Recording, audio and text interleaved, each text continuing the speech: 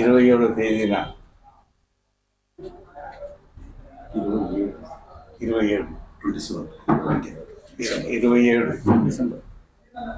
December 11కి Mankota గ్రామంలో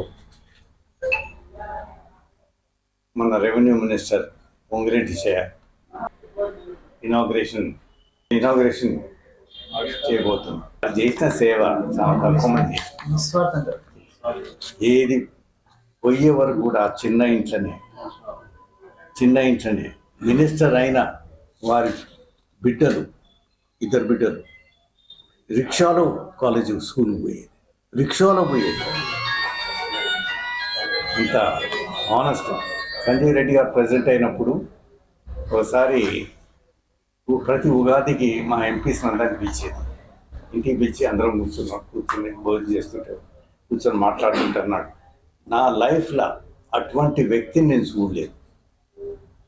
అటువంటి sincere person with character Sanjeev Reddy garu అన్నది చెప్తున్నాను.